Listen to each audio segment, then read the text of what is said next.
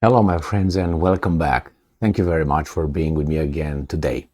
The Allies are starting to being exasperated with the lack of good news coming from Ukraine, from their side, that is, which is Ukraine, obviously. Not Ukraine, people fighting for them in Ukraine. Some of them are Ukrainians, yes, some of them are volunteers. So what happened now?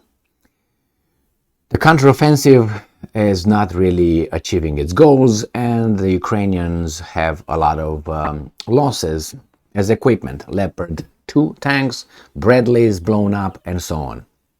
The advance of the Ukrainian troops, supposedly it is very minor, coming from both sides. The Russian says you don't advance at all. The other one says, yeah, you advanced a mile. Okay, in a week and 2 days.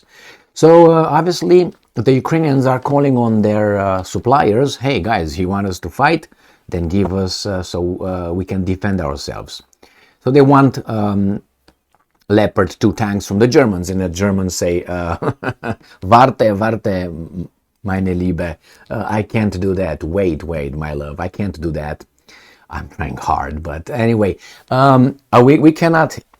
The Minister of Defense of the German state comes out and say, we can't replace every little Leopard 2 tank that gets blown up in over there because you're very good and the Russians are very bad.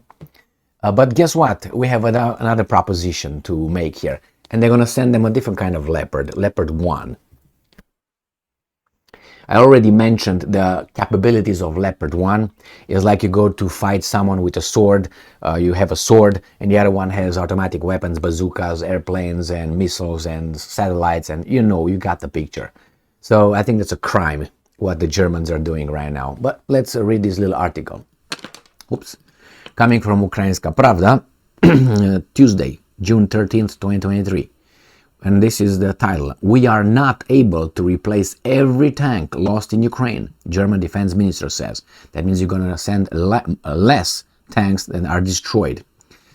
Against the background of the latest report about deployed Leopard 2 tanks in Ukraine, German defense minister Boris Pistorius, this is a sold-out guy in my assessment, he's following orders but not from Deutschland, has promised to supply more of these tanks. Pistorius on RTL Direct on Monday evening, as reported by European Pravda referring to NTV, and I'm quoting, we will not be able to replace every tank that is now out of service, but we are what we are doing is that we will continue to supply more refurbished Leopard 1 A5 tanks from July onward, and there will be over 100 tanks by the end of the year, end quote. So he's saying, we cannot send Leopard 2 tanks, the fantastic, invincible, tralala, but we're going to send you 100 swords or spears, which one you prefer.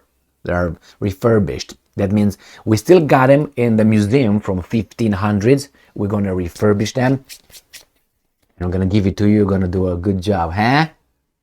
Now, that's the proposition. Why? Because I'm going to show you now when the Leopard A1 Kapalaka Tsokopoko tank was built and designed. And I knew it is like 50-something, late 50s, early 60s. I'm not kidding.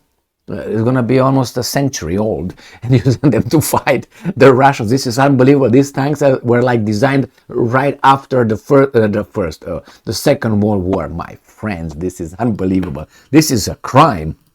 I would say it's a crime. All right, Leopard 1, and let's go here. Production history. Designer Porsche. Designed 1956. Stalin just died, 2 years earlier. To 1961, my friends. Number of them built 6,565. This is it. I'm not kidding right here. This is wars, Bosnian War, almost Second World War here. Kurdish-Turkish conflict, war in Afghanistan. They were fighting, there was a war in Afghanistan. Did you know that? Ooh. This Kurdish Turkish conflict, that's the Armenian genocide. That's, oh my, this is unbelievable. Anyway, this is the help they receive from their friends. So let's go back to the other article and see what else they're gonna send them. They're gonna send some flint rifles or something. Embarrassing. Although Pistorius did not confirm the authenticity of the photos allegedly showing Leopard 2 tanks destroyed by Russia. Why, is he crazy or something? He acknowledged, and I'm quoting, "Unfortunately, the nature of war is that weapons are destroyed, tanks are destroyed, and people are killed. That's why our support for Ukraine is so important."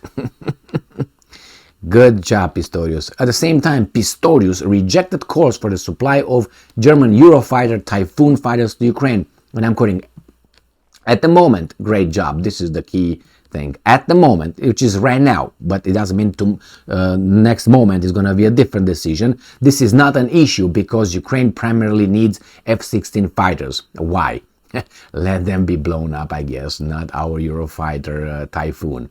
In addition, Pistorius said that the Bundeswehr depends on the Eurofighter to ensure its own defense capability. Well, if you have about 3,000 Eurofighters, how about give them about 500? That's not going to deplete anything. If you have 3,000, but they don't have. Probably they have about 80. And from 80, they don't want to give 50. But hey, they get billions of dollars in defense budget, right? Like the Americans. Americans get the best, and they don't have anything now. I don't know. It's too much, how do you call that?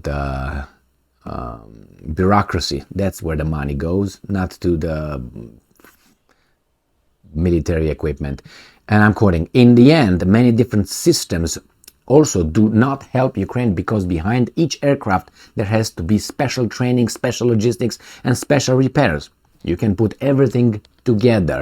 Remember that thing called Second World War? Everything was adjusted. How do you think the Soviets were capable of saying what? The T-34s? They adjusted everything. How do you think they would build their airplanes? They adjusted.